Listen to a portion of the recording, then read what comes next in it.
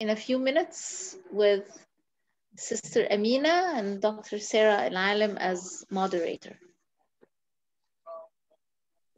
Walaikum assalam, Sister Maha, Sister Amina, and Sister Sarah Al-Alim. Assalamu alaikum. Assalamu alaikum, Amina. Assalamu alaikum, everyone. Assalamu alaikum, Amina. We're so grateful to have you again. Thank you. Jazakallah khair. Thank you. Thank you, Maha. Thank you, Sarah, Isra, everyone who is helping with this series. Alhamdulillah. Alhamdulillah.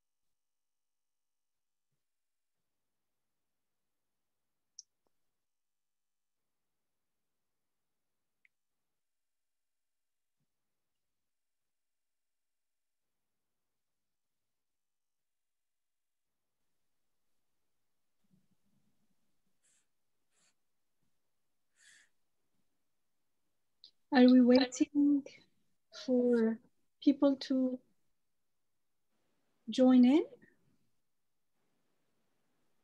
We could start. Sarah is here, and Sister Amina Stevens, if you want to do a quick recap or a quick intro or reminder or something. Let's just say another salams to everybody. New friends, old friends, always friends, welcome. And inshallah, Sarah, you take it from there. And Sister Amina, you can start however you like. Assalamu alaikum. Wa alaikum salam wa rahmatullahi ta'ala. Bismillah ar-Rahman ar-Rahim. So I guess I could do a little recap since it looks like people might still be coming in for a few minutes. So in our very first class, we talked about the unconscious mind and how often information that we haven't had an opportunity or known how to process is tucked deep in the unconscious mind. And when it comes up, it travels across the bridge of the subconscious into the conscious mind. And oftentimes that's when I get surprised by thoughts that startle me. Sometimes thoughts I don't want to have. And all that is the unloved parts of myself coming from where they were hidden into the light to be seen. And if we see them as ayat of Allah, then they're good, they're not bad. And so judging them doesn't work. I'm having a bad thought, I'm having an ugly thought, there's something wrong with me. It simply means that it's timely, these pieces are coming up to be seen and to be worked with. And in the second class last week, we started to look at the autonomic nervous system. And we said that we looked at two pieces of that nervous system and how we jump into those places when we I'm going to get my bigger voice, when we experience trauma. And one of those places is called the dorsal nervous system. And the dorsal nervous system we might describe as being when we're immobilized. We're immobilized, we can't do it anymore. There's no more energy. And sometimes thoughts like that, I'm helpless, I'm hopeless, I'm worthless. Sometimes thoughts like that accompany those states. And that's where we would find depression. And if we look at this through a different lens, we could say that this is the wise way in which our body protects us. It really lets us know when we've run out of gas, when we have no more energy to deal with whatever we're dealing with. And sometimes it's something very big. It's a lot of stressors, or it's one big stress. And sometimes it might be something, let's say, small. So I might have used the example that, oh, I have lots of company coming for dinner and I've been cleaning for 2 days and pulling everything together. And just before they're due to arrive, I realized I've burnt the dinner. So yes, any wise person might sit down on the sofa and say, I can't do this anymore. I'm tired. I've been working for 2 days. And then what gets us out of that dorsal state, maybe you sit there for 10 minutes or 20 minutes, is, well, I have to do something. So I'm going to make tuna fish sandwiches, or I call out for dinner, whatever it is to try and bring everything together. So I believe that most of us go in and out of those states. I wouldn't say every day, some people do. And then of course, there's the depth that I spoke about, that really falling deep into dorsal. And sometimes that's a difficult place to climb out of. The other state we spoke about is the sympathetic nervous system. And the nickname for that nervous system is fight, flight, or freeze. And well, even now, there are people escaping for their lives. And to have the energy to do that, the heart starts pumping fast. The heart is a pump for blood, among other things, in the physical body, brings blood to the muscles. So we have that energy to flee, to try and keep ourselves safe. We have a different kind of fight or flight. It's the same thing. It's brought about by trauma, but sometimes it's the little things that peck at us daily. So you might imagine a child who's being bullied at school might be able to handle it a few times, and after that, it's overwhelming. And what happens to the child if they don't have support or tools for coping, then they might fall right down into dorsal nervous system, into depression, into deep sadness, into grief, into those words, I can't do this anymore. I'm helpless, I'm hopeless, I'm worthless. So there's a pattern there. And the pattern is that we're in dorsal, we're often in sympathetic nervous system. And when we run out of energy, when we're constantly worrying about something or many things, we'll fall into dorsal. And maybe we get out of it, we get back into the sympathetic nervous system, we have some energy. But if we haven't been able to deal with the roots of the problems, to have some support and tools, it's often possible that you go back and forth from dorsal to the sympathetic nervous system. Wow, so that's a lot to talk about the day after Thanksgiving. And you know, every day is a day of gratitude. But that's really deep conversation, these two states. And we see many people in these states. And certainly I'm imagining that maybe many of you have experienced that or go in and out of those states from time to time. I sure do. So tonight the talk is a little bit lighter, because we're going to discuss the ventral vagus nervous system, the last one that we deal with in this series of talking about how our nervous system functions when there's trauma. And the ventral means on the front of the body. This is younger than dorsal and sympathetic, so it's just a kid. It's about 2 million years old. And this ventral vagal nervous system is specifically in mammals. So we're part of that club. And the ventral vagal nervous system is part of us. And you could think of this place as a place of refuge and peace. When we're in prayer and we feel that prayer deeply, or we're in perhaps nature, or just for some reason we find ourselves in a deep place of peace, we're in ventral vagal nervous system. And some people have never had that experience or had it and it became lost along the way. Can you hear me? Yeah. So some people have lost touch with that place of refuge and peace.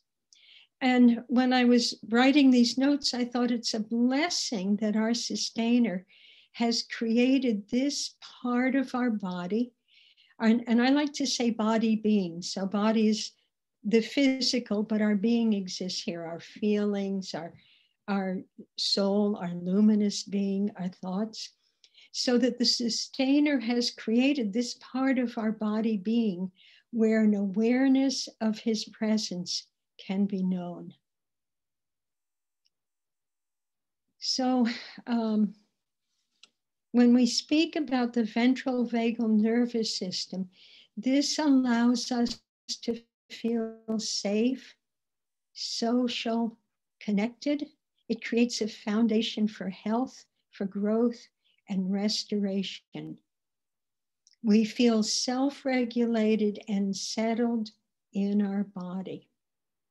So that's part of our nervous system. And when we first began this series, I spoke of this, let's say the autonomic nervous system, which functions below the conscious mind or beneath the conscious mind. And here are these three parts. One is this place where we have no more energy. The next place is fight or flight. And the third place is a place where we have an island within, a place of refuge. So what we're looking at, there was a question that someone had asked, and we're right at this place in this little series where some of these questions that people had when they signed up can be addressed now. And we'll see that more as we go deeper into the nervous system.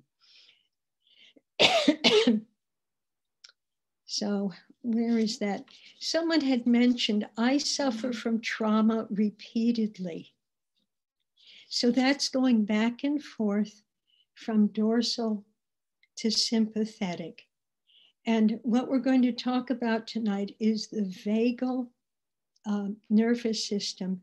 And what are the tools that we have? What kind of support can we have in order to spend more time there? It sounds like a good vacation place to me. How do we get to be there more often? So I wanted to read something. I remembered there's a wonderful Sufi teacher by the name of Hazrat Nayat Khan. And he died prior to World War II. And I can't say what his purpose in life was, but I would say one of his purposes was to bring the message of Sufism from India, where he lived. He was a practicing Muslim, and to bring that message to the West. And he did that beautifully. And he wrote a number of books, all called The Sufi Message, and each specific book has a different theme. And I remembered one of the books that he wrote about education. And I couldn't find the date that it was written, but I'm guessing somewhere between 1910 and 1926. So a long time ago, before people really started exploring trauma and trying to understand what are our tools for healing. And in his book, I've got the information on the notes here. Volume 3 is on education. And I was reading about the education of the infant. I had remembered that from reading that a long time ago and was able to find this information. And what he said was the best way, therefore, for a but I'll get it out. For a mother to educate an infant is to educate herself. The calmness, the quietness, the tenderness, the gentleness, everything the mother cultivates in her nature at that particular time when the infant is nursed, the infant will receive as a lesson in the cradle. The heart qualities are the most profound qualities man has.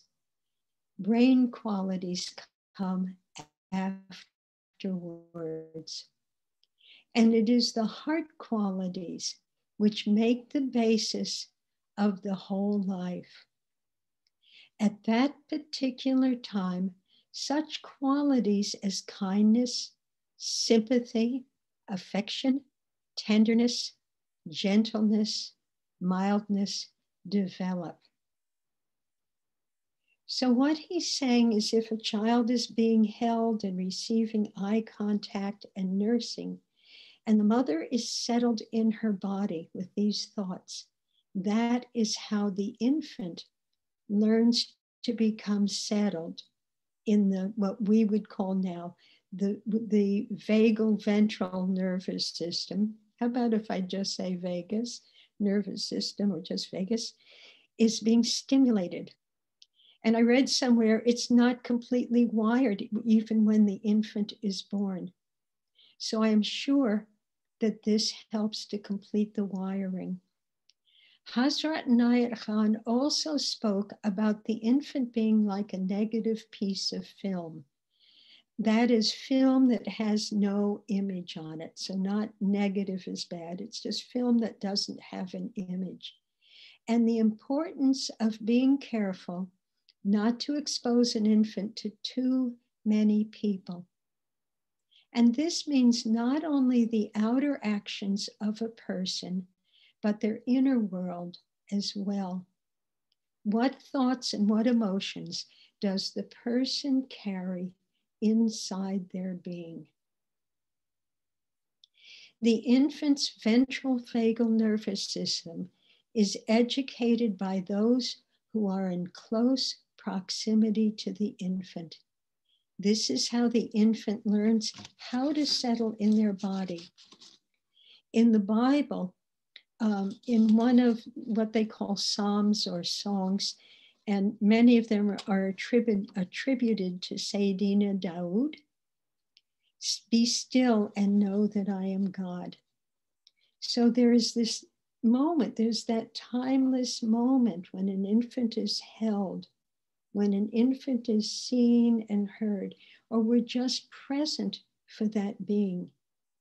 That infant gradually gets the lesson of learning to settle in their body. And it comes out through all those wonderful qualities that Murshid, that Hazrat Inayat Khan said, kindness, sympathy, gentleness, mildness. It's our fears that take us away from remembrance. Settling and being present brings us closer. So when mom or dad held us, had loving eye contact, gently rocked us and gentled us and sang us to sleep, we learned to settle in our bodies. The heartbeat of our mother when she was self-regulated, which means self-connected, feeling whole, present, and settled in her body, taught our nervous system what being self-regulated felt like. Our body being drank in that experience like sweet milk. Self-regulation became a part of our experience. We knew what it was like to be calm and at home in our bodies. So when I was writing that, I thought later, as I was looking at those words, about people in nursing homes where sometimes a person can bring in a dog or a cat. And there's one beautiful story of a man who brings a horse into a nursing home. And the horse knows intuitively which room, and I think it's in a hospital, but it may be in a, what do I want to say, assisted living place. And the horse knows intuitively which room to go into, what kind of touch the person needs in order to have this connection of being seen and heard and loved. So imagine now, but don't take it into your body, into your heart, the infant who had very little of this experience. The baby gets only glimpses of what it feels like to be settled in his or her body. A worried mom becomes a worried baby. And a mother needs people around her who are supportive, not just physically, but emotionally and spiritually. Particularly because the infant doesn't know that he or she is separate from the mother until later. The baby's experience is not baby and mom, it's baby mom. They're one being. In Western culture, when the infant is a toddler and starts to separate, I'm sure that's what we call the terrible twos here. And this is when the infant begins saying no, no, right? Particularly those strong-willed infants. What the infant is doing is not being a bad child. They're learning to separate him or herself from the parent. That's all it is. It's the baby's learning to differentiate. I'm separate from you. No. That is why developing self-regulation through co-regulation, that means it's catching and we get it from someone else. You know what it's like to be around people where you laugh and you feel good and you feel like you can be yourself. You feel like you can be seen and heard. That's co-regulation. And it's so important.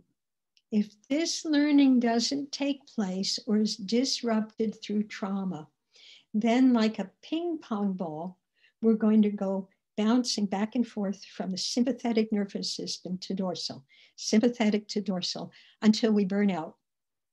And we don't want to do that. So we want to bring about this development of the ventral vagus system.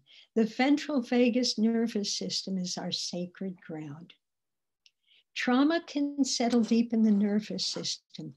Our early trauma imprints explain how a person organized their self and beliefs.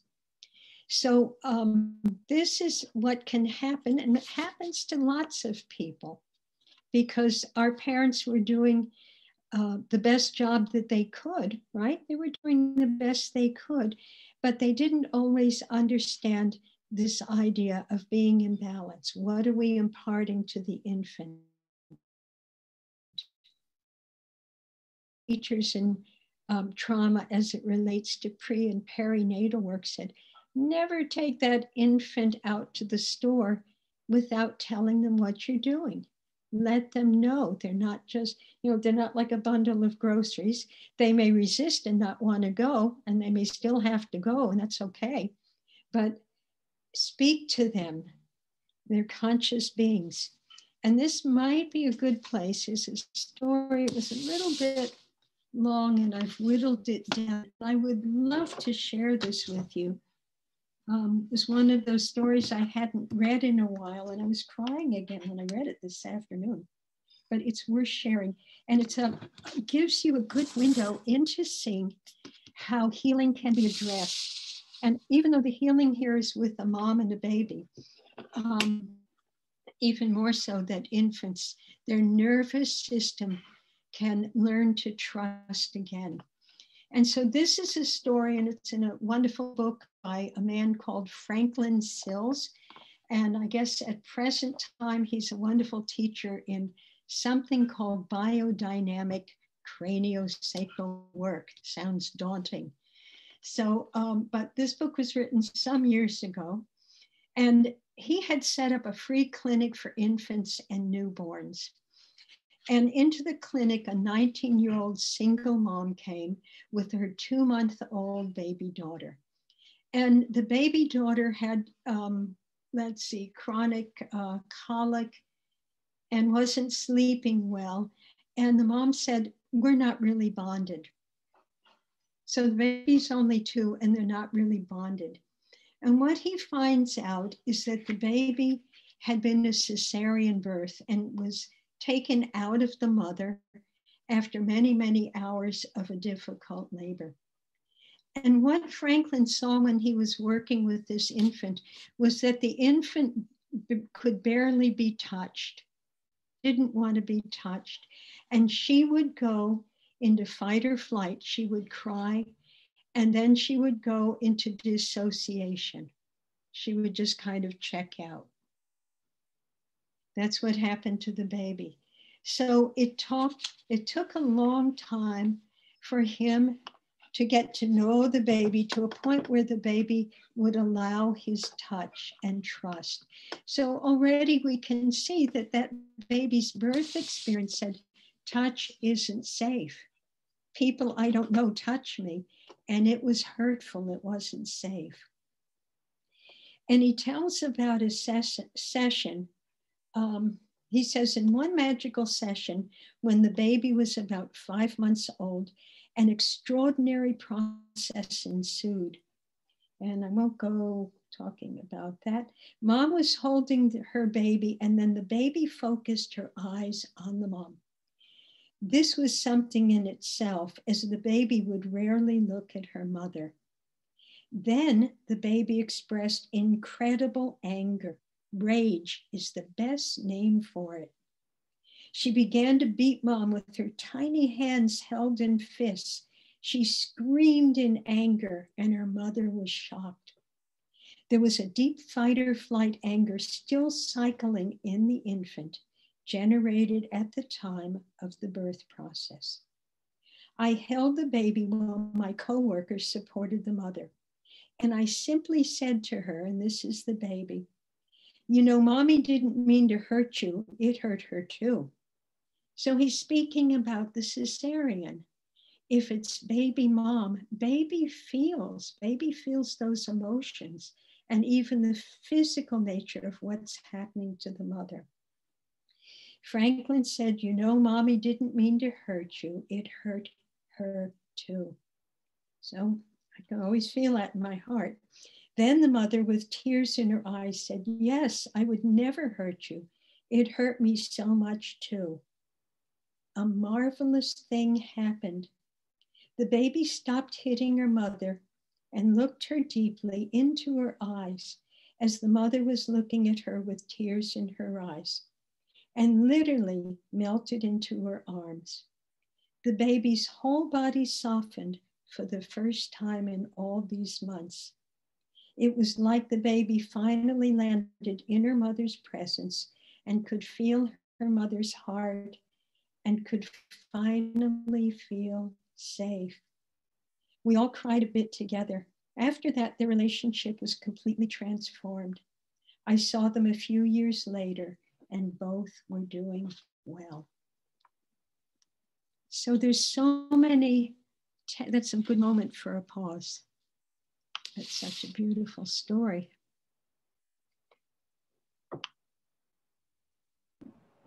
Thank you for sharing that, Amina. Mashallah, it was so beautiful.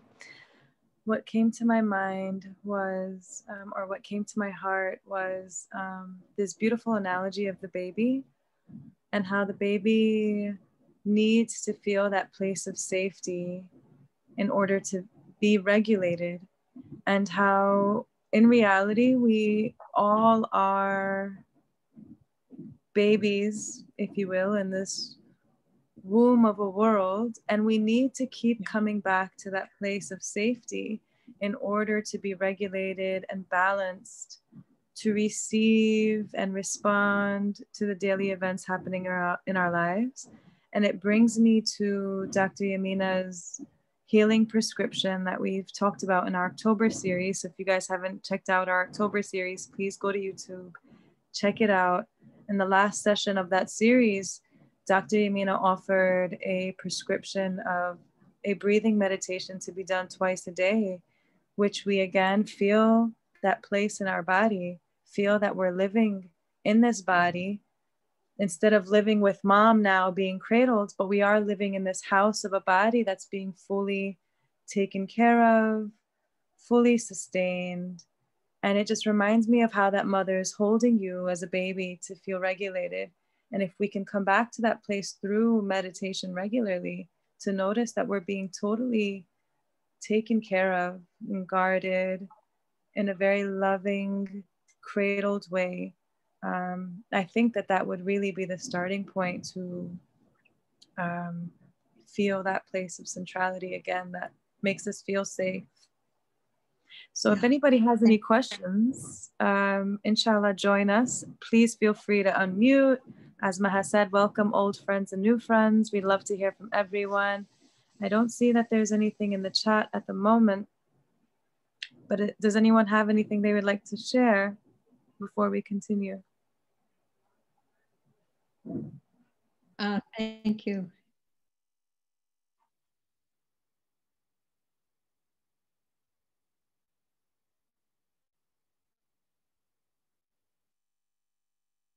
Doesn't look like anybody has any comments for now. I guess I'll also just point out the one statement that really resonates with me in my notes.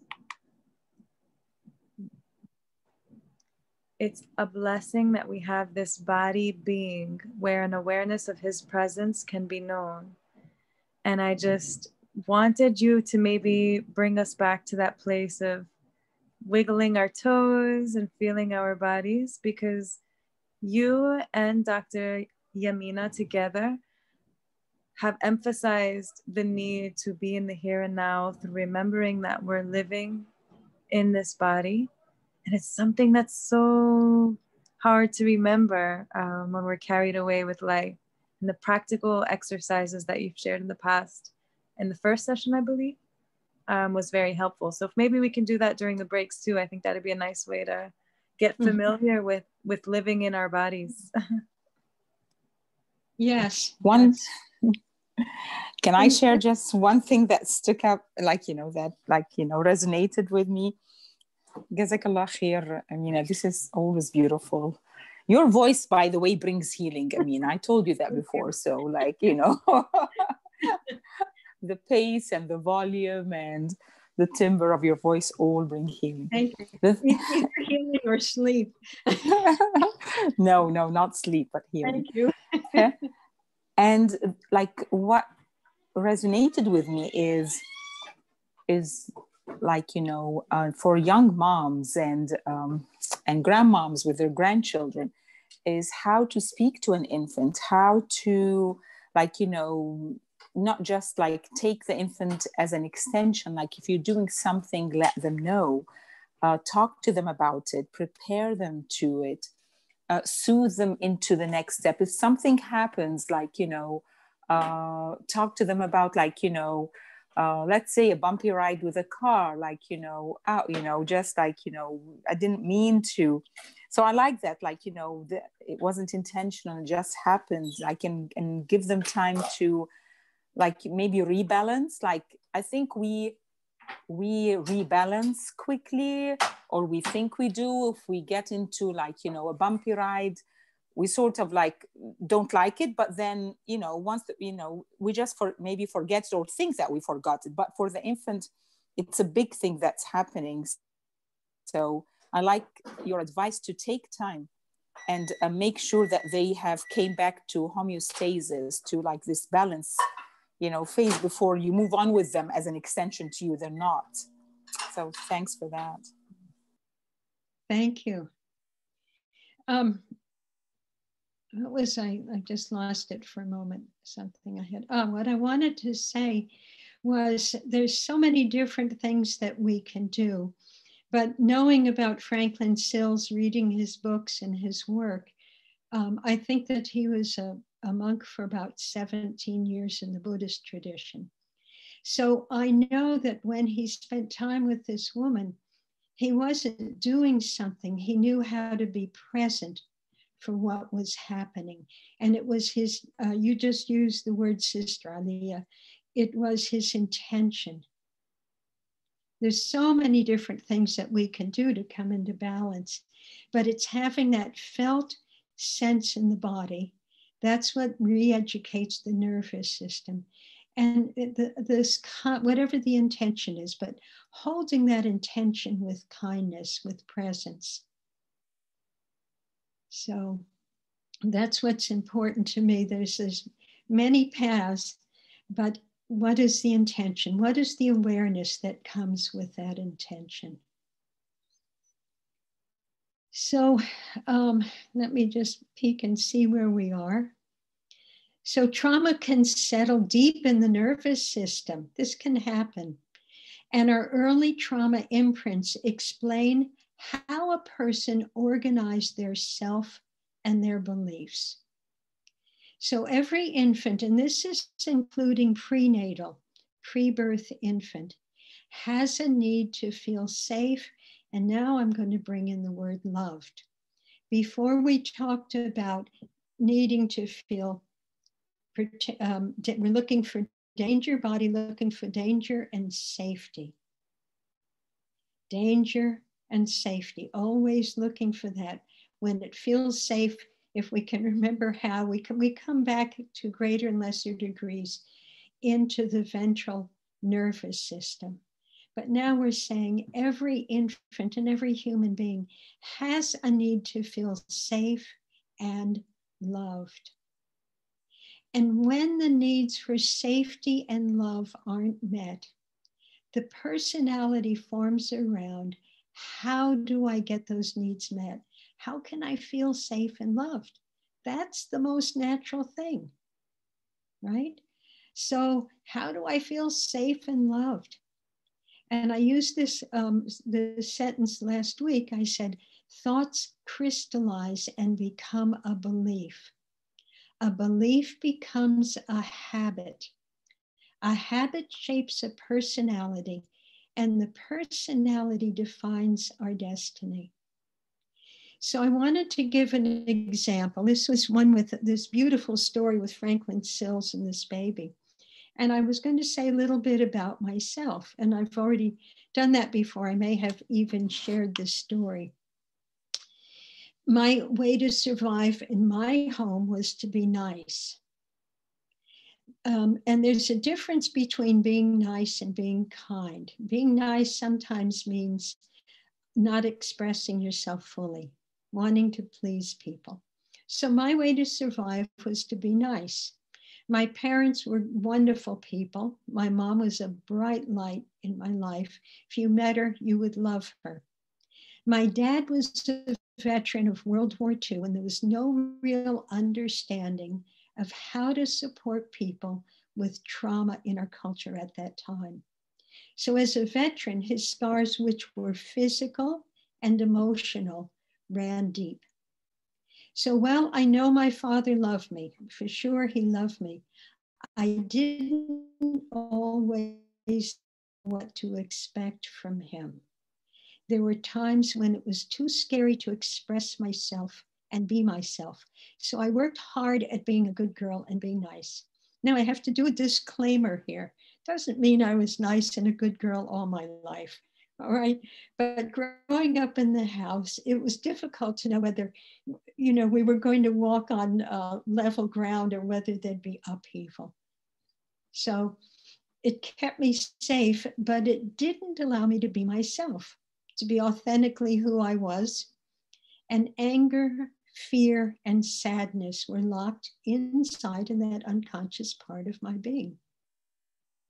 And because of that, I created a narrative about my life and who I am. Remember, we said personality defines our destiny. We're not always conscious of creating a story, but a story forms. And my experiences, my personal experience, and working with other people now have showed me that these stories usually thread back to our early life. So being nice made me acceptable, but it also made me small. And it was a way to feel safe and loved. It kept peace, but at a cost. So I came into trauma work honestly. I needed it desperately. And this was one of the, something in my life that really, in a way, saved my life. Really, not that something bad was going to happen, but it got me out of this deep place of just being lost. Even with prayer, I needed someone that could help me get to the roots of the trauma. So understanding the roots and nature of trauma helps us to restory. That's not who I am. This is who I am. And neuroplasticity is the ability of the nerves, and through the nerves, other structures in the body to change. The beliefs that became calcified become fluid and flowing. We are in process. Yay, we're in process. Right? I won't say it right. Someone, Sister Aliyah, help me. Tawheed. Do I say that right? Sister Aliyah there? We're in I'm with you. It just takes me time to to unmute myself. You're doing an amazing job, and just keep on at it. You're doing very well, mashallah. Amina, may Allah give you barakah. I'm just looking for that good Arabic pronunciation, but unification, right? And there was something I wrote down at the top of my notes just before we began. It's so important to remember that we're in process. I have lots of wonderful teachers in my life, and I wrote down something that one of them had said some time ago, that trying to be a perfectionist is a thief. A perfectionist will rob you of unfoldment, satisfaction, fulfillment, and completion in all kinds of ways because it is never satisfactory. Right? God is perfection. Allah subhanahu wa ta'ala is perfection. But it's about having self-compassion, being compassionate and tender with our hearts, because we are in process. We're learning. One of my wonderful and wise teachers, a woman by the name of Myrna Martin, in the prenatal and perinatal trauma work, once said to me, I was in a session with her, she said, "Good work, you did what you had to do to survive." And those were probably some of the most healing words I ever heard, that were ever spoken to me, because they helped to remove shame from my heart, shame over things that maybe I had thought or said or done in the past, just trying to make my way in the dunya, right? And she said, "Good work, you survived." And what I would add to that is, now I'm finding a different way to be. So good work, you survived, all of you, good work. So this might be relevant for some of you. Good work, you survived. And now we're all just finding a different way to be. And I'd add, we're all walking each other home. So one piece is, we don't want to judge our trauma or someone else's trauma by saying, that's nothing to complain about. It's no big deal. Or I don't care. Trauma is real to the person who experiences it. So it's not our place to judge our own trauma or judge someone else's. It's trauma. So what we're going to be speaking about is creating nurturant and resources in our lives. When the ventral vagal is settled, we are safe and at home in our body being. This is when we're qrib, we're close to God. We feel close to God. And that, of course, deepens as we get to the roots of trauma. And sometimes these roots melt by themselves. We meditate, we learn how to be present with what's presenting itself without judging. And other times my experience was, for some of the deeper stories, it was good for me to have support. And it's always good to co-regulate, to be around people who share the same values. People that where we speak to each other's hearts, where we're seen and heard and loved. So I don't know, this seems like such beautifully deep, sometimes a little bit heavy talk. So I brought a poem, and it's one of my favorite poems. I don't know if any of you have heard of Mary Oliver. And she's quite well known for this and a lot of her other poetry. And this one is called Wild Geese. And in it, she says, "You do not have to be good. You do not have to walk on your knees for 100 miles through the desert, repenting. You only have to let the small animal of your body love what it loves. Tell me about despair yours, and I will tell you about mine. Meanwhile, the world goes on.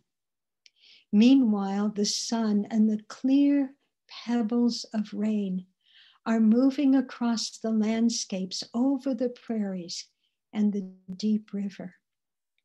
Meanwhile, the wild geese high in the clear blue air are heading home again. Whoever you are, no matter how lonely, the world offers itself to your imagination, calls you like the wild geese, harsh and exciting, over and over, announcing your place in the family of things." So, and I'm going to pause for a moment just to let that sit in my heart.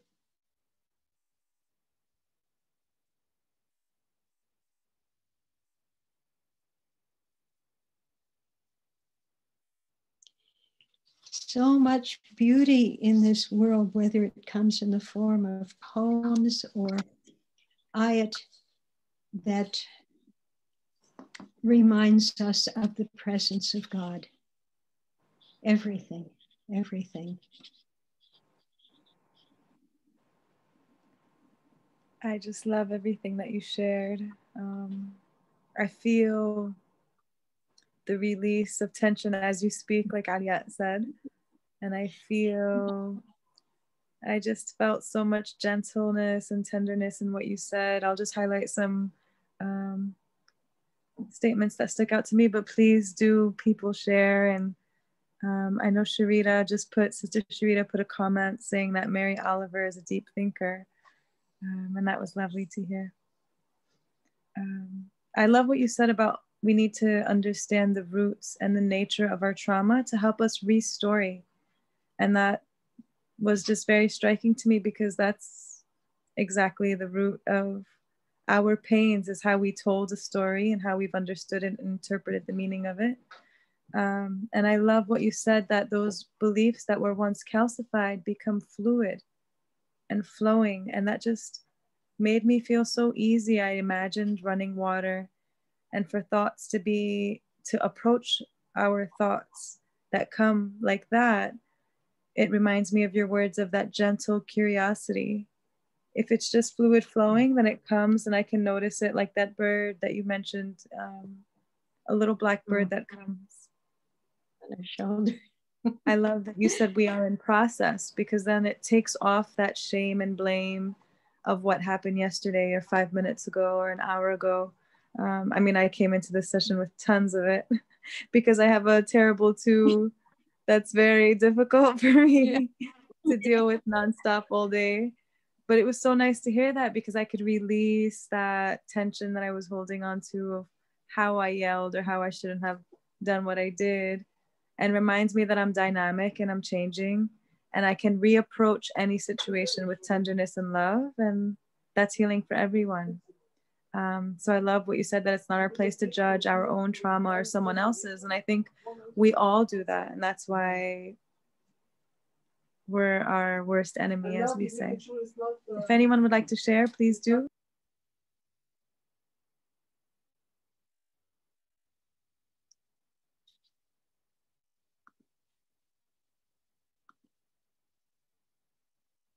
Okay. Sister Amina, can you clarify the relevance of this information to somebody experiencing trauma now? Absolutely. Well, and I'm not making small of this, that a person, you have survived. The person has survived. If they're experiencing trauma, then what we would like to do, and this is exactly what we're going to explore next, and we'll be exploring over the next few meetings, is how to work with trauma. One of the things I would suggest, and I'm making a big resource list because there's so many wonderful resources available, is I would suggest two things. One thing I would suggest is and I'll give it to you now, there's a website, www.soundstrue.com. And so maybe somebody can type that and put that up there, because I have trouble chewing gum and walking at the same time. So, but I can do it. I can put that up there actually. www.soundstrue.com.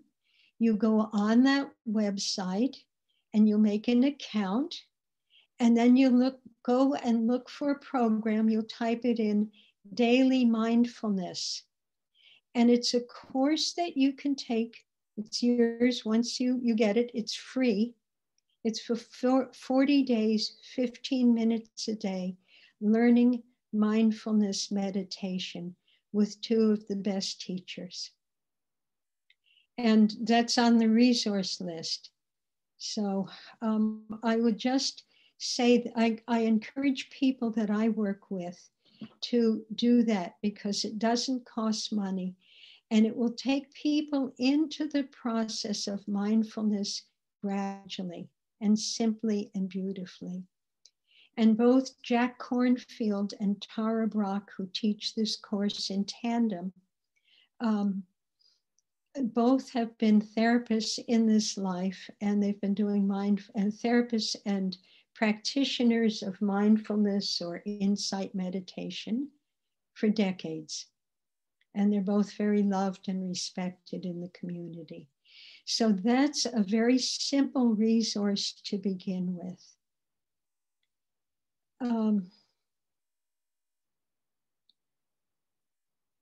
So I'm thinking of resources. If it's a big trauma, it's good to have someone to speak with. We can talk about this later. I can create resources around that, so that a person has support by someone who understands this process. So I'm sharing the roots of trauma and the nature of trauma, but there is a type of work called, this is actually called polyvagal therapy. And you can do this on Zoom. It's possible to do this on Zoom with awareness and tenderness to help a person work with some of those deeper issues. Sometimes we're just getting through a speed bump. Sometimes that happens to me. And I either work through it on my own, or I have my go-to person, someone who I trust, who's wise and compassionate. And it might take me 1 or 2 or 3 sessions.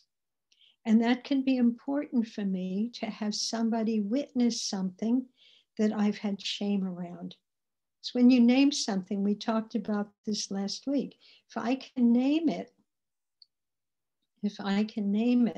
then I'm outside of it, right?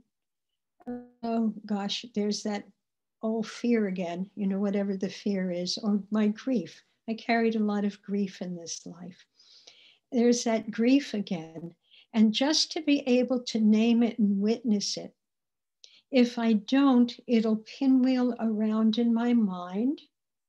And in the old days, it was overwhelming. Trauma can be overwhelming and wear us out. So to have somebody that understands, and there's a great list, polyvagal work is a wonderful thing. And learning mindfulness meditation. And it's really learning it from the ground up. So you learn how to be with the breath, how to be in the body, how about feelings and how to work with them, then about thoughts and how to work with them. And then bringing in concepts like forgiveness and self-compassion. So I don't know if that answers the question. It might be a little start though.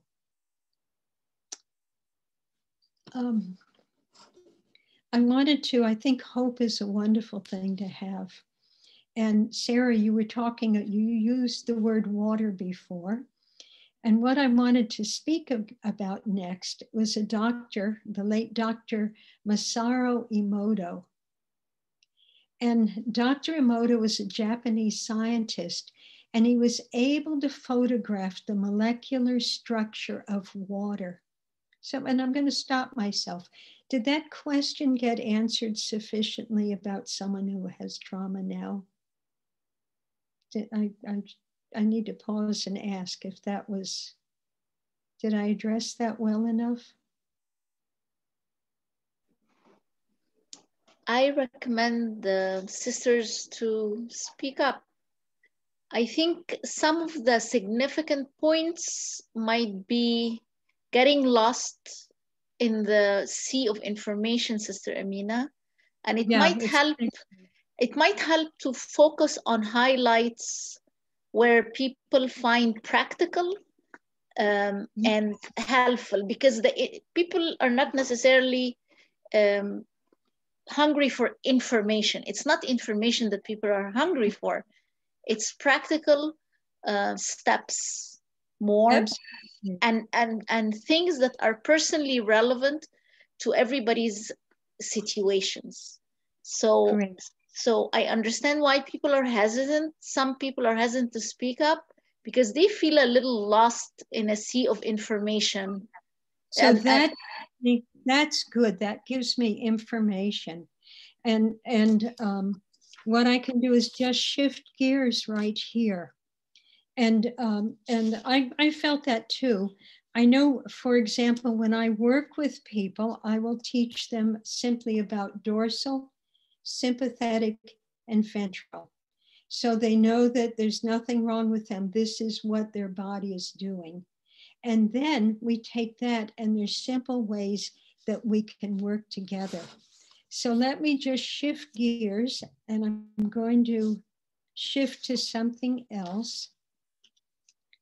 And I would say, so this is this is a process.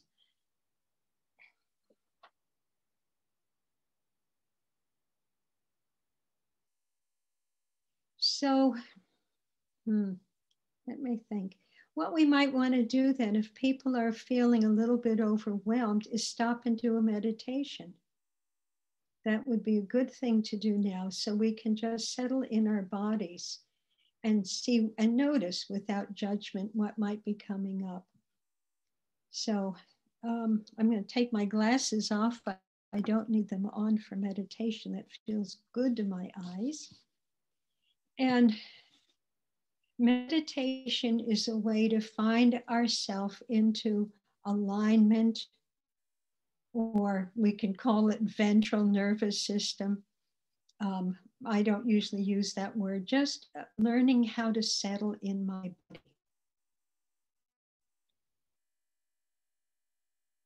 And we like to go slowly.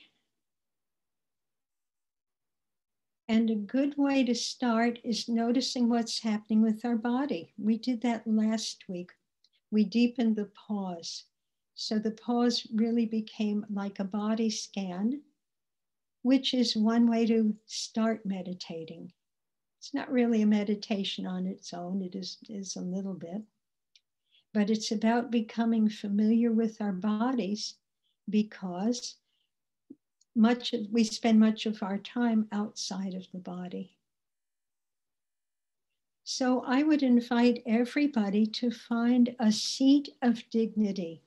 And that doesn't mean stiff, but it means just a seat where there might be some awareness and some ease. And notice if your feet are on the floor they're not, if you're lying down, your feet are up. And do you feel balanced on your seat? We've got our feet and now our seat. And you can rock back and forth a little bit just to find a place of balance. A little bit like one of those round bottom toys. And then I'm going to come into even sitting. And if it helps me navigate to my belly better, I could put a hand on my belly. And sometimes taking 1 or 2 deep breaths helps to release some of the stress that we might be carrying. Just a deep inhalation. Ah.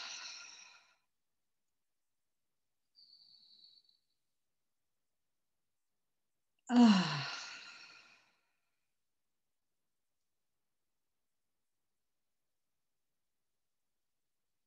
I might come up a little bit. My heart centers in the middle of the chest and soften my shoulders. And let my hands feel open, or maybe they're a little closed and relaxed. I might be palms up or palms down, it doesn't matter. One feels a little more grounded, the palms down, and palms up feels a little more open.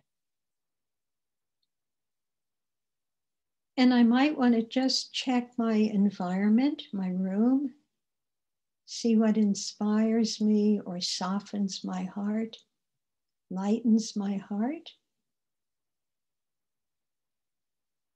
And then I listen for familiar sounds.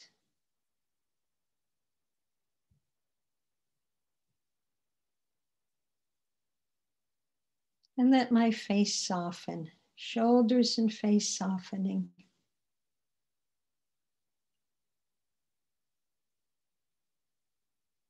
And then what I would invite you to do is just notice the inhalation and exhalation of the breath. So when I inhale, I follow the inhalation in, and then notice the exhalation.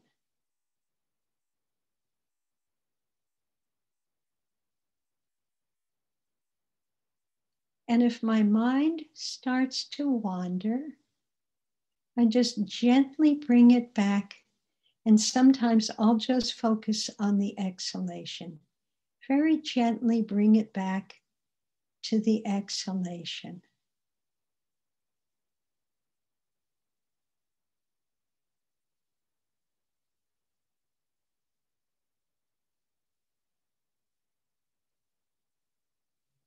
So gently coaxing the mind, witnessing back to the exhalation with kindness.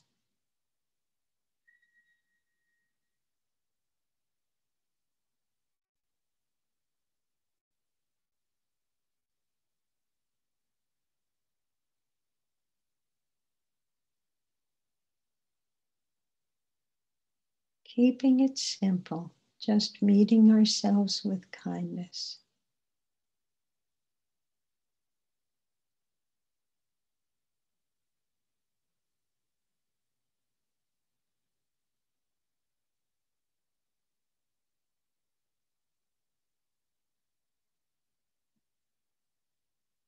And sometimes a feeling, a sensation might arise like a great wave. And in that moment, we can follow that wave. We can let go of noticing the breath. Just follow it and then gently come back to the exhalation.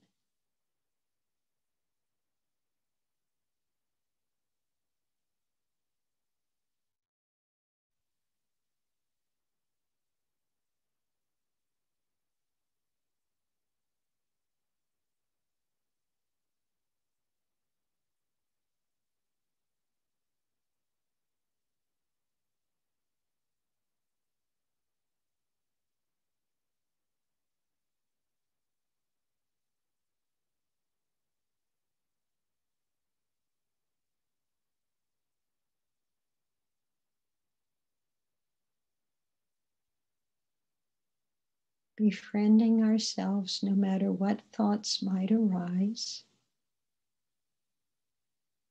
noticing with kindness.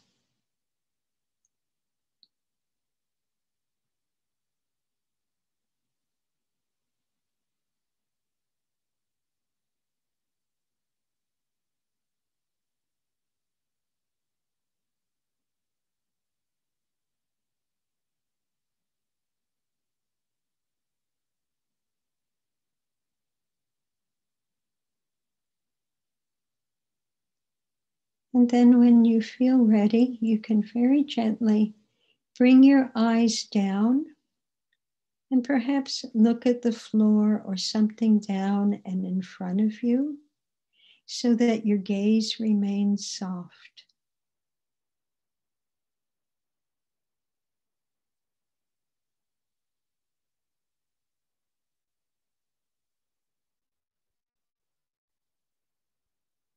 And then when you're ready, you can slowly bring your eyes up, or you may want to continue to look down,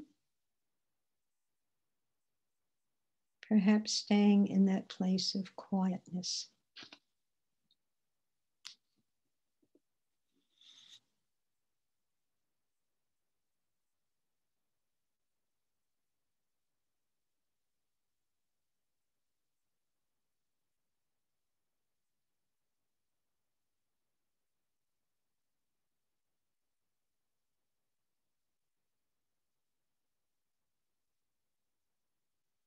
And then if you need to, you can also reorient yourself to the space that you're in.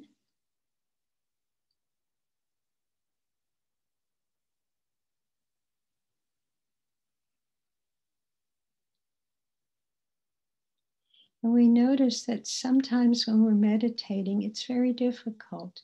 The mind's in many places. And I mentioned that it's called training the puppy. It takes lots of patience and presence for that puppy to learn how to sit. So when my mind is dancing, I still sit and I stay with that busy mind. And there's other times when the mind just slips away.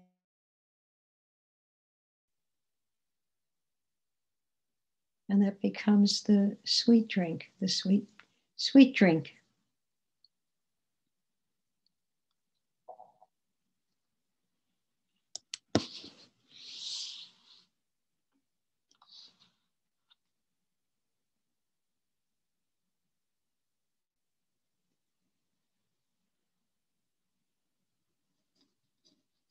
So on one of the last sheets of paper on these notes, my voice gets quiet. So if I'm not loud enough, let me know, please. One of the things that we can do to help ourselves with trauma now is we know, I'm going to keep it very simple, that dorsal is depression, no more energy. And there's a sentence I have here, and this is to get accustomed with these different states. My dorsal system is control when I. And so it's not to fill out now, but just say during the coming week. When I don't feel like doing anything, it might be simple. When I want to be alone and I'm not happy about it, but I just don't want to be around anyone. That don't there, rather than enjoying being alone. And my dorsal system might is in control. So I'm in that space. Maybe when I'm confused about something. So I'm learning to recognize what triggers that. When I'm confused, or maybe I feel awkward, or I feel that maybe I don't fit in. So again, naming things are very important. And the next state is my sympathetic nervous system. That takes over when I I'm multitasking. I have too many things that need to be done at the same time, and I can feel some panic. So see what it is for you. Is anyone you can write in? Can you write in the chat? My dorsal system takes control when what happens in your life when that comes into play? And what happens when the sympathetic nervous system takes over? When I'm confused, don't know what I'm supposed to do. When I'm multitasking. And then what is it that supports the ventral system? For me, meditation does that, or being in nature. So those are some good places to go with this. What we're doing is we're starting to notice what our triggers are.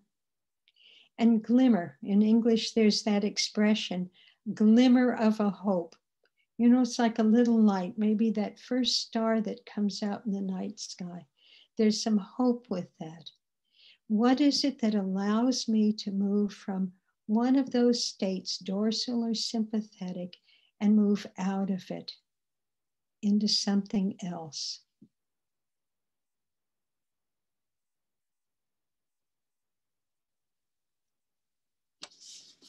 So I would say that if we're doing some work together, and my hope next week was to start doing some exercises and start building on this work that we've been studying.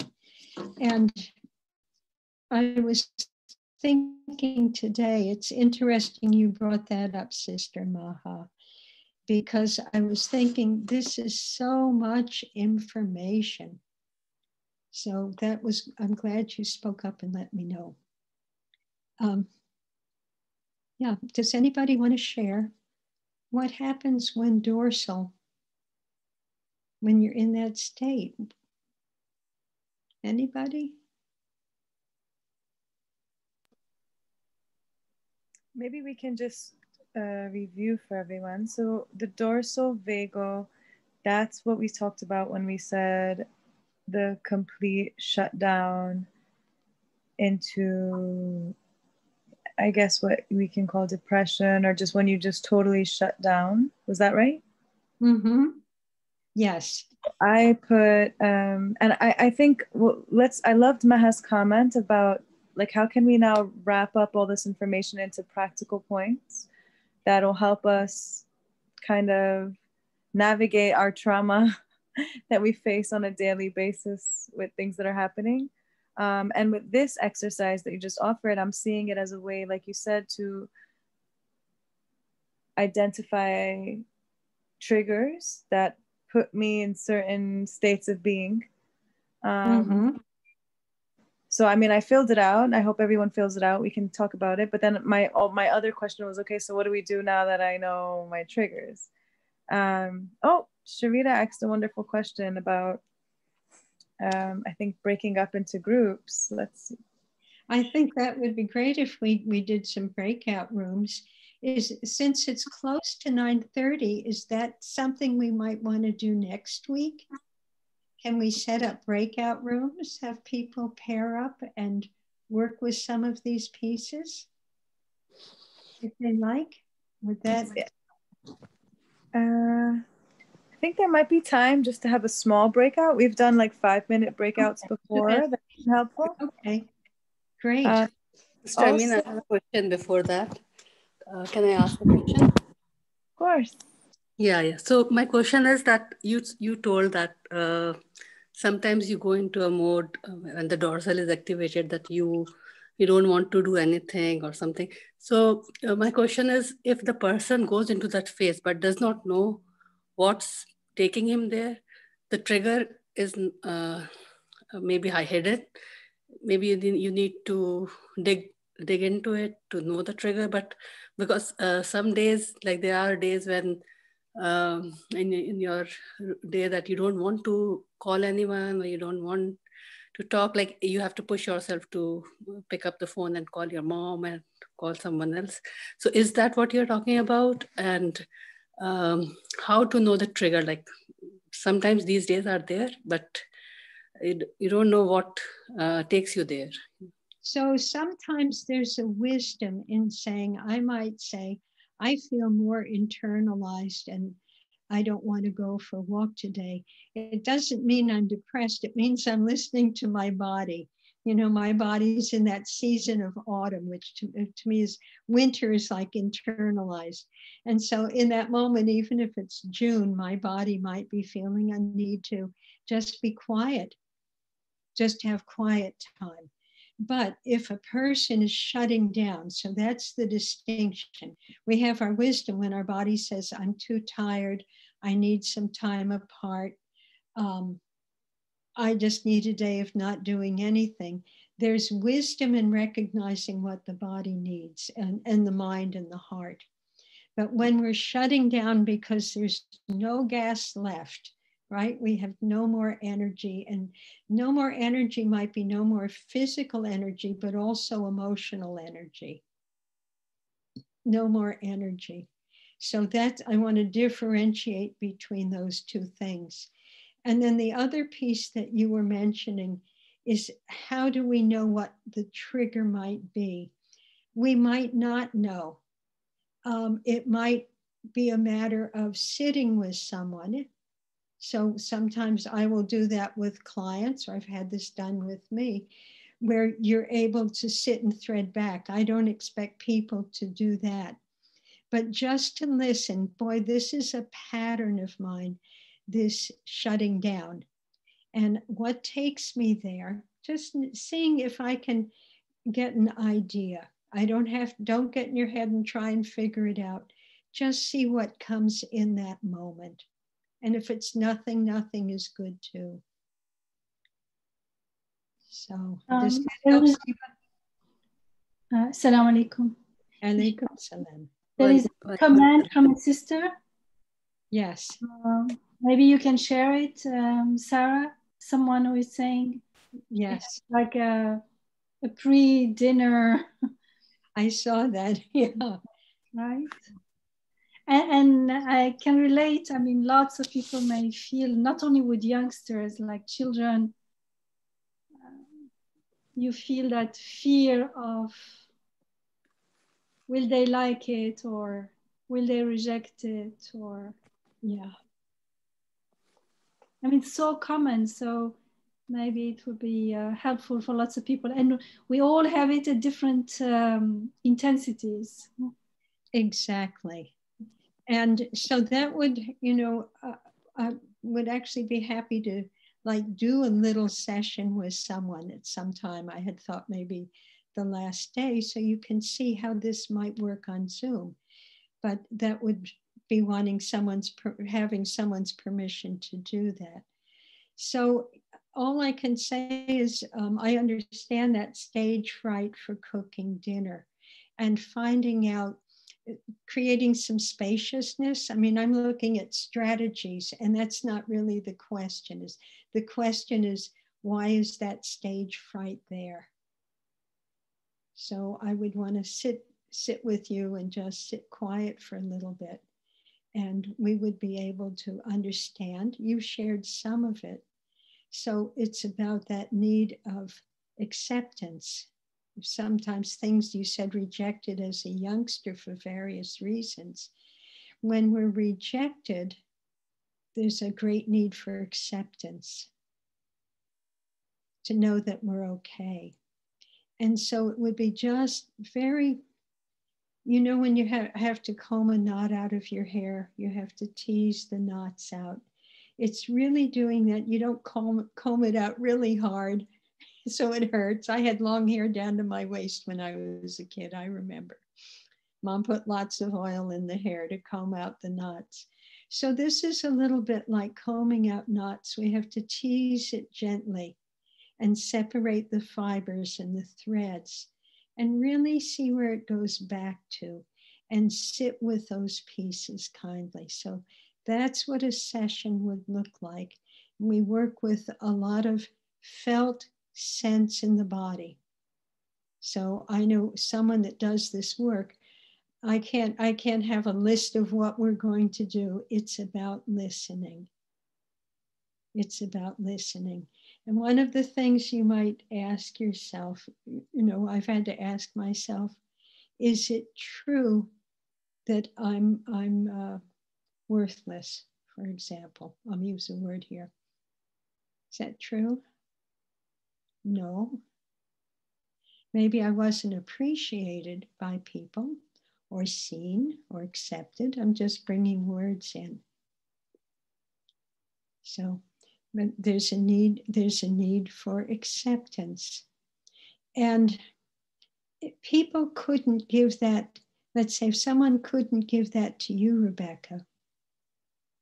Well, one of the first things I wanted to discuss next week, we were really at the end of this material. There was just one little piece and then we're done. Is to work on pieces like how do we create boundaries?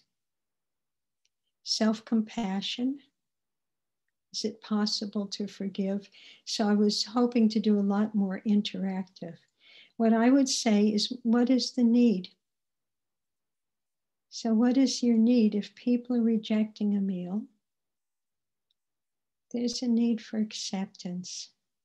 And I suspect compassion.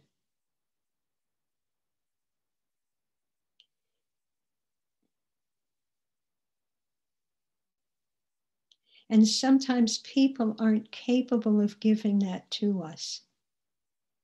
They're just not capable.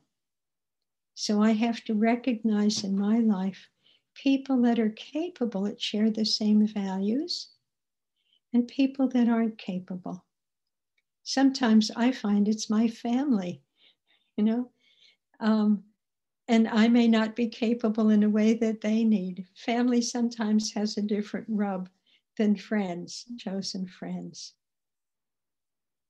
So it's something I need to seek out in myself. They may not be able to give me that need of, let's say, acceptance. I'll use that word. So what can I do to overcome that old belief, get down to the roots, in order that I learn to accept myself and place myself around people who are accepting and support me in that?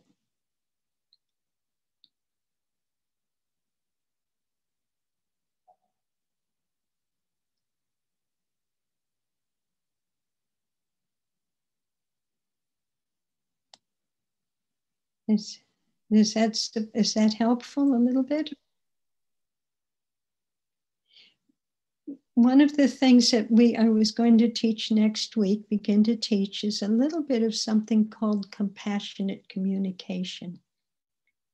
And in that compassionate communication, we have time for an exercise. Okay? Before we go into the exercise, let's just read the comment.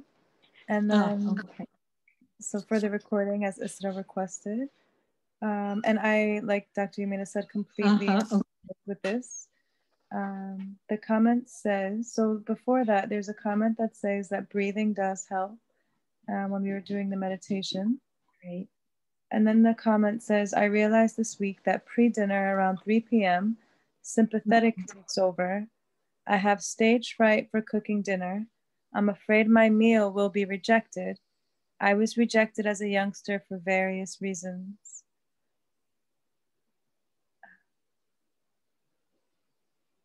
And the following comments say that that was helpful for rephrasing in that way. I have a need. And I remember the sheet that you shared. I feel because I need. Yeah. And I would say through the week is always, that's a wonderful list to keep present with you as a group. I feel because I need.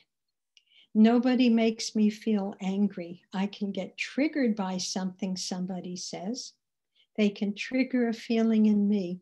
But if I can say I feel, that means I'm accepting responsibility for my feelings.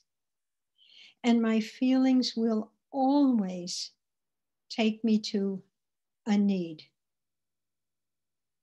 They will always take me to a need. So if I'm rejected, really isn't a feeling. Isn't that interesting?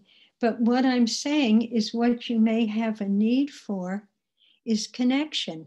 If we look down the list of needs, under that list of connection, I have a need for acceptance,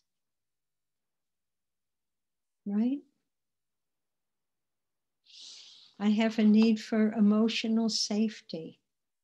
I'm just pulling some possibilities out. I have a need for nurturing and mutuality and love and safety. We can have more than one need at the same time. And the feeling might be something like, I feel sad. I feel afraid. I feel nervous because I have a need for acceptance and love. So our feeling is always going to take us to a need. And Marshall Rosenberg, the founder of this body of work, made a big statement. He said, all depression comes from unmet needs. I don't know if that's true. And what's important is to understand we are allowed to have feelings. We spoke about that in the first class. To really honor what we're feeling. And also we're allowed to have needs. So our feelings, if we think and consider them as I, will always take the name. Names most.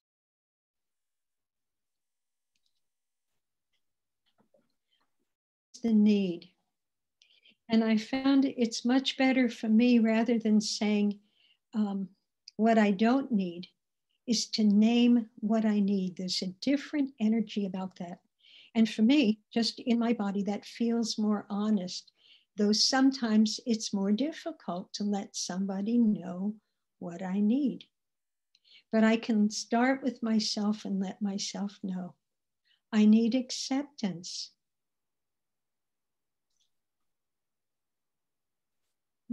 I need caring. I need support.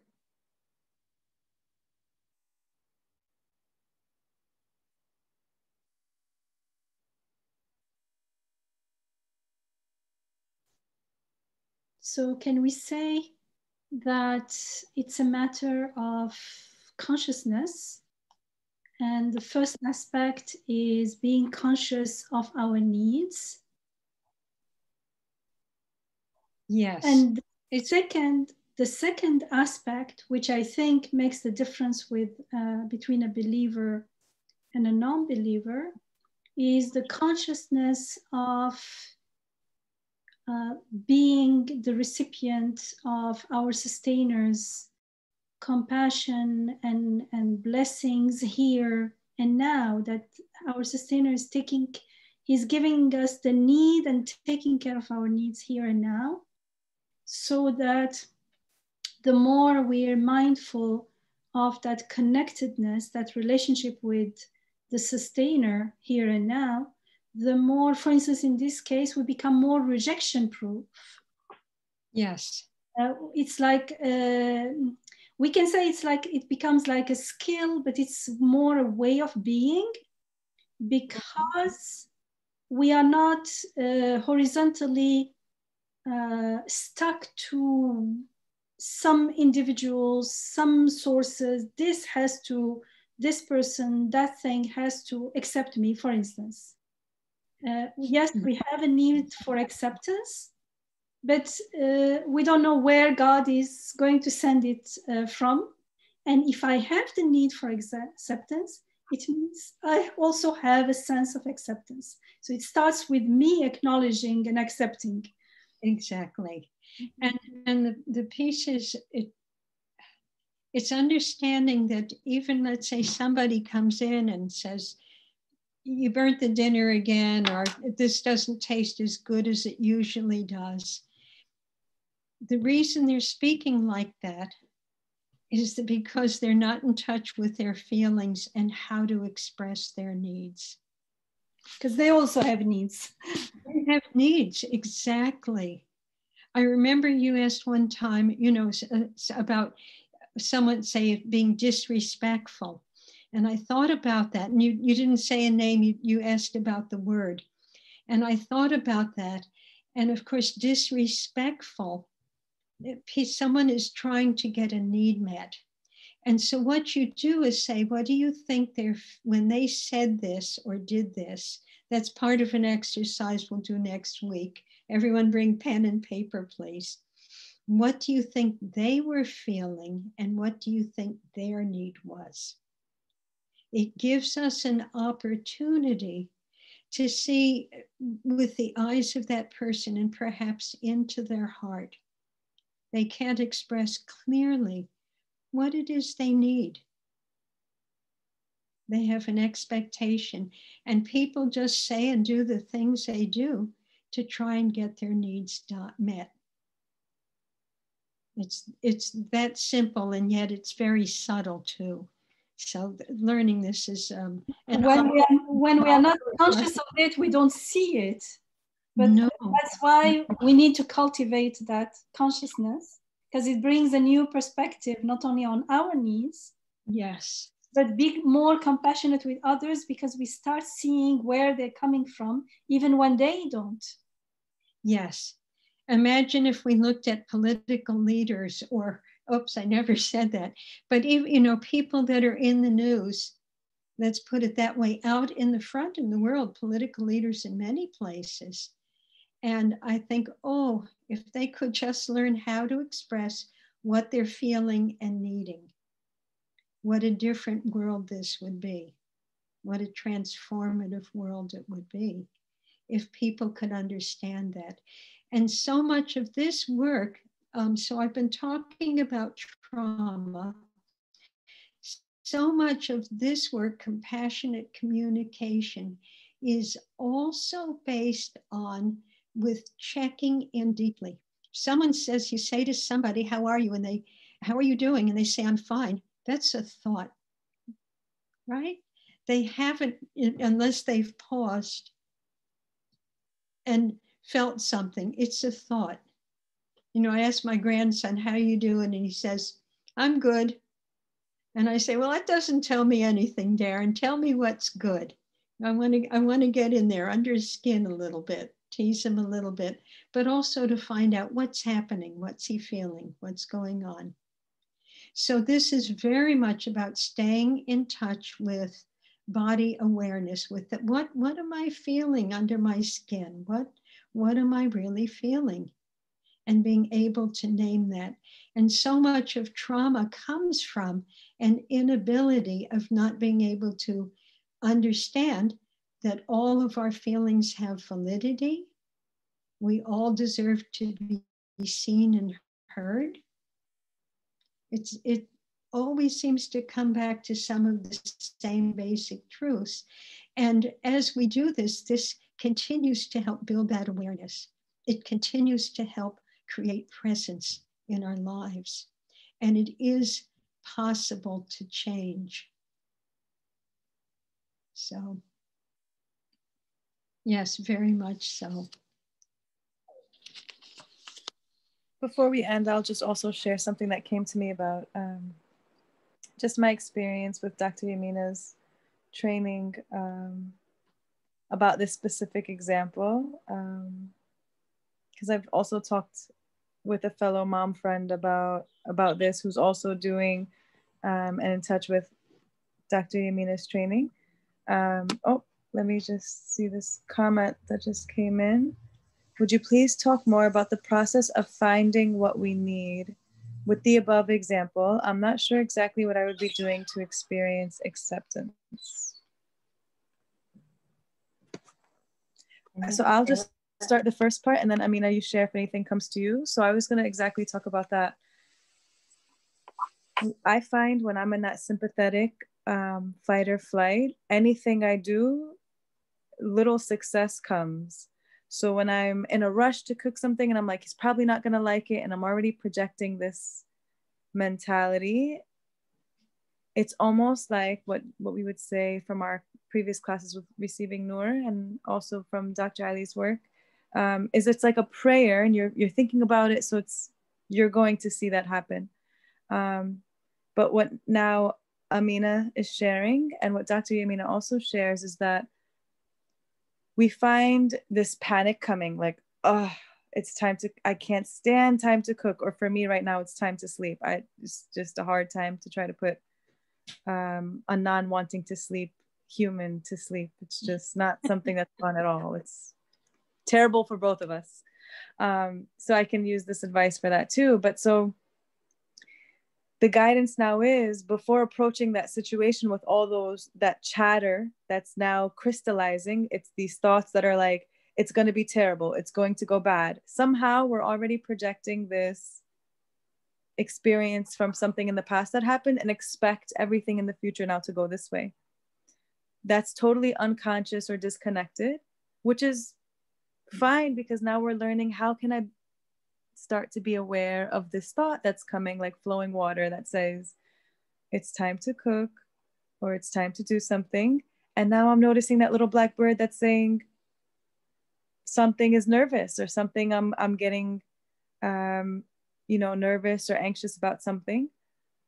And now what's the need saying? So for example, in the need of cooking, it's like, I want this food to be enjoyable for me and the ones that I'm preparing it for. So I have a need for this to be delightful for everyone. I have a need for it to be loved, for gifts to be appreciated. I have a need for, feel free to jump in, Amina, with anything that you have experience with needs. I'm loving listening to you.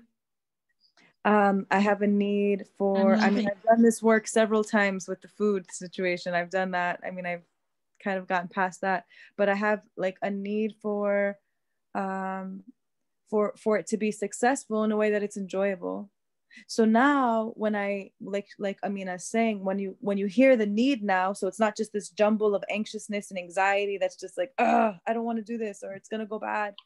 It's just pausing that vicious circle of thoughts that's becoming crystallized as beliefs. And it's saying, okay, let's just change all of that knotty hair, I love that example, I use it often, into a need. So I have all these needs now, and now that need is a prayer. As soon as you acknowledge that it's a need, it's created. Like, we don't create it, it's made by our maker. So what Dr. Yamina would say now, as soon as you recognize your need, understand that it is a prayer, it's created, and you can do it Bismillah. So you can do it as a way, like, and I swear with the food situation, when I approach it with even a little bit of pause, I'm inspired with a new idea, and somehow it goes well. And it's not from me, and I can attest to that. And so the pause really brings a paradigm shift of witnessing a brand new experience that's not copy paste past trauma, because I'm approaching it with a pause. Does that help, sister that shared in the comments?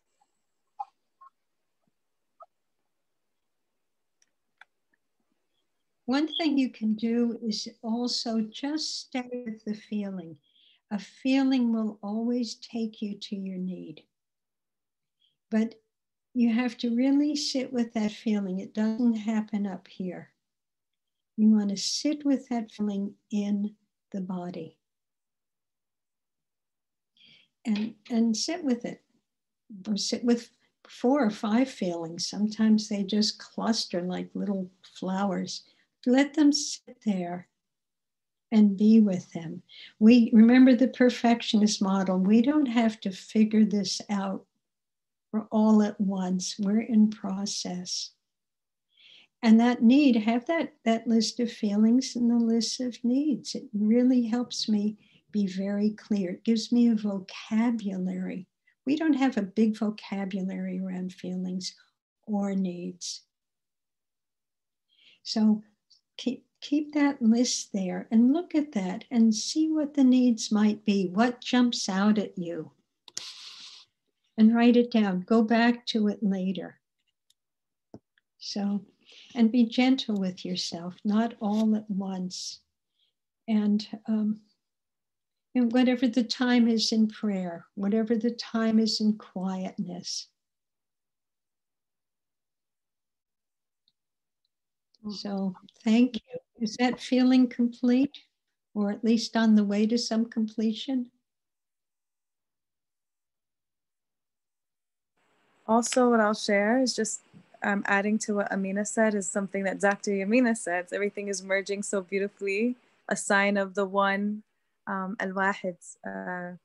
Everything is cohesive.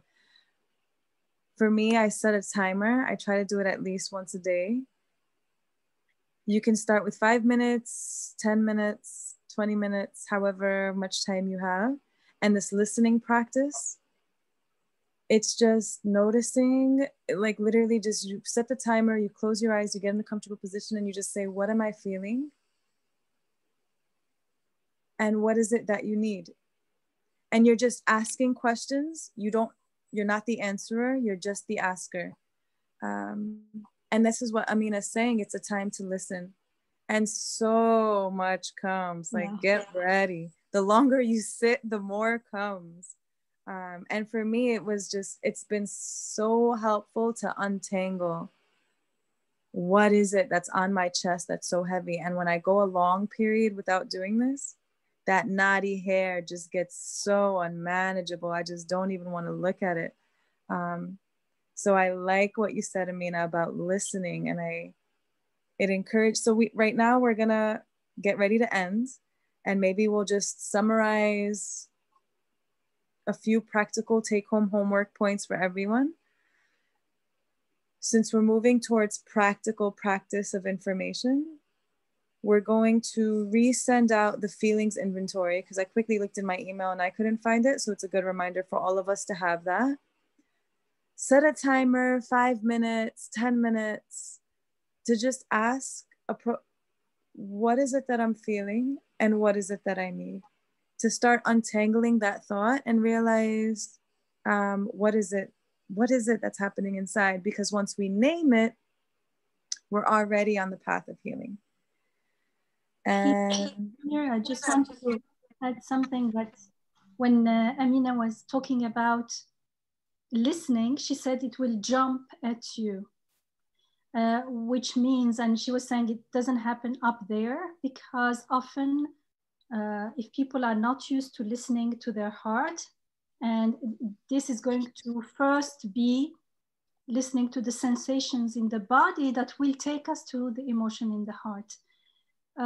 What most people will tend to do is try to understand it, to rationalize it, to think, I think it's this, but that's not where we want to go. Because even we want to listen to something new. We cannot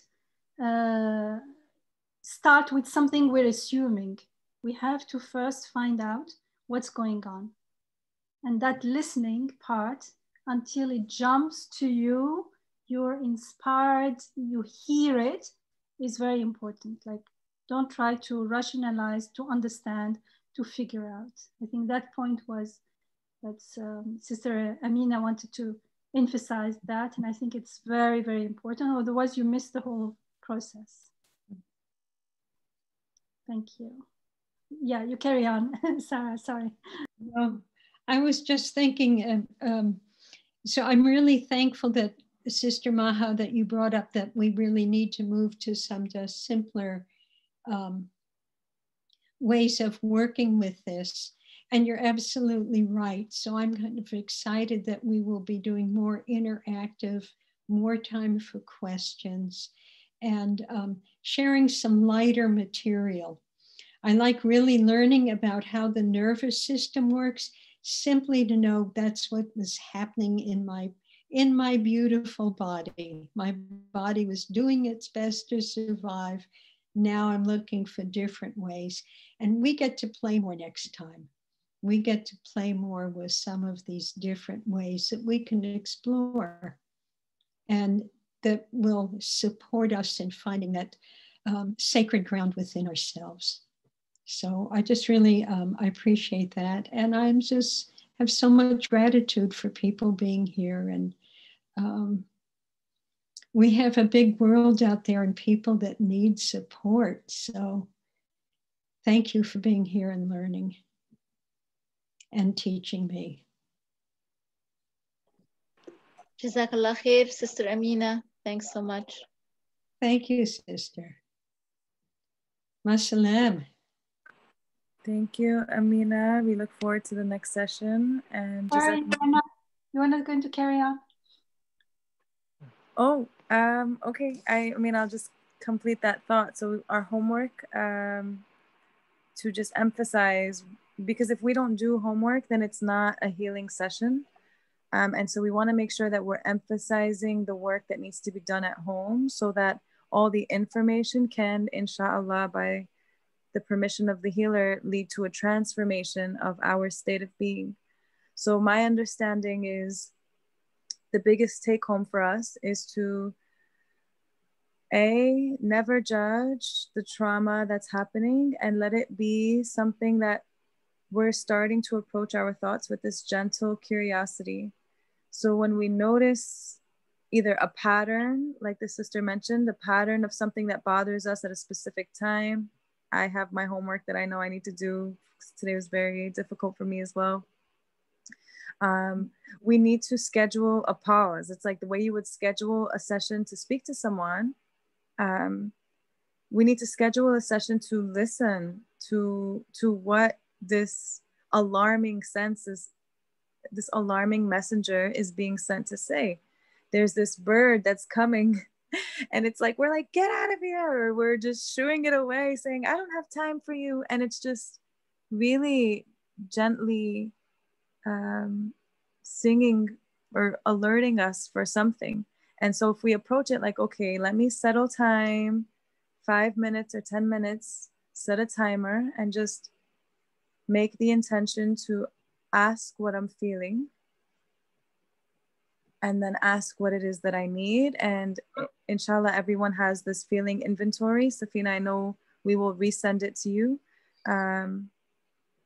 And just make sure that everyone kind of visits this document of how can I put a word, a name to it, so that that's that first step now that it's not me, it's something that I need. And once it becomes something that I need, it becomes a prayer.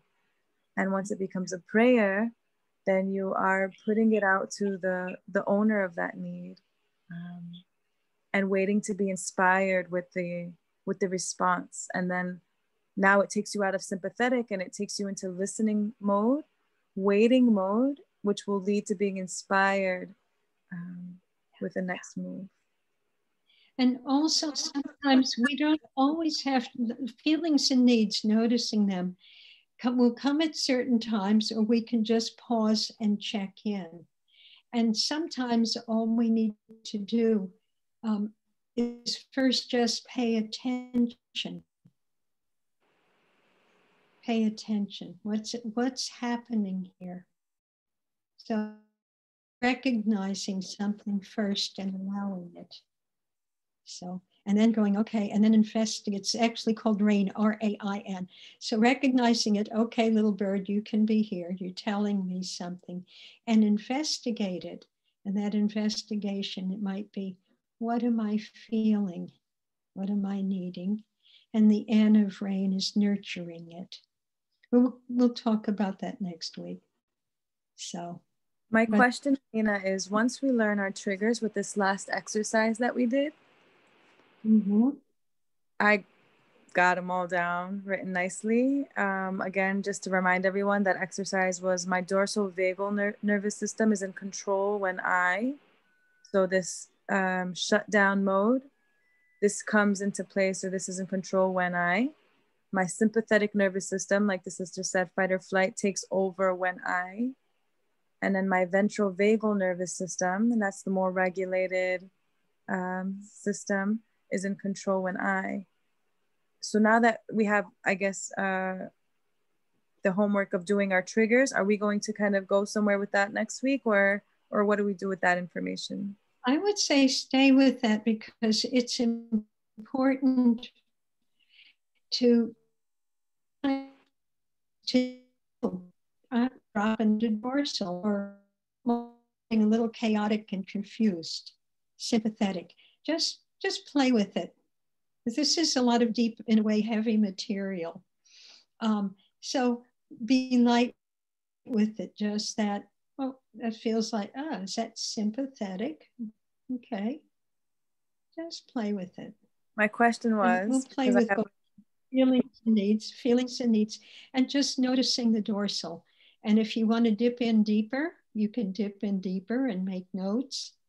And if it's not something that feels right, you can back off a little bit.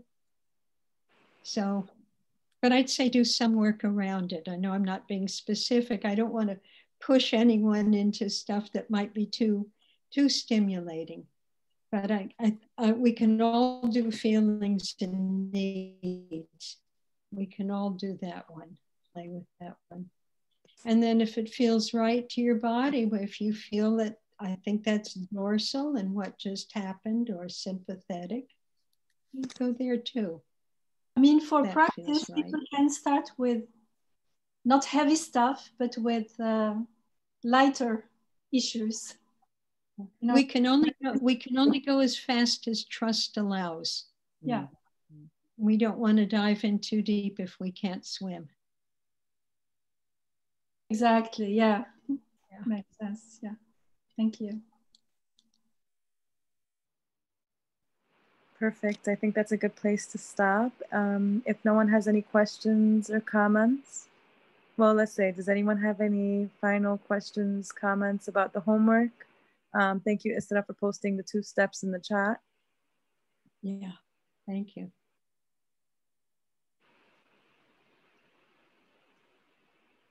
If not, then thank you all for joining us. Thank you, Jazakallah kulla khair, Amina. Thank you, may Allah reward you for, again, generously sharing time and really taking your time with exploring sort of the theory and the methodology as to why we feel what we feel.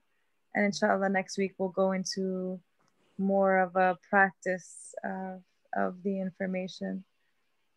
Nice. Good. Thank you. Thank you, everyone. Inshallah, you Thank you so much. Jazakallah khair. Assalamu alaikum wa rahmatullah. Thank you, Amina. Assalamu alaikum, everyone.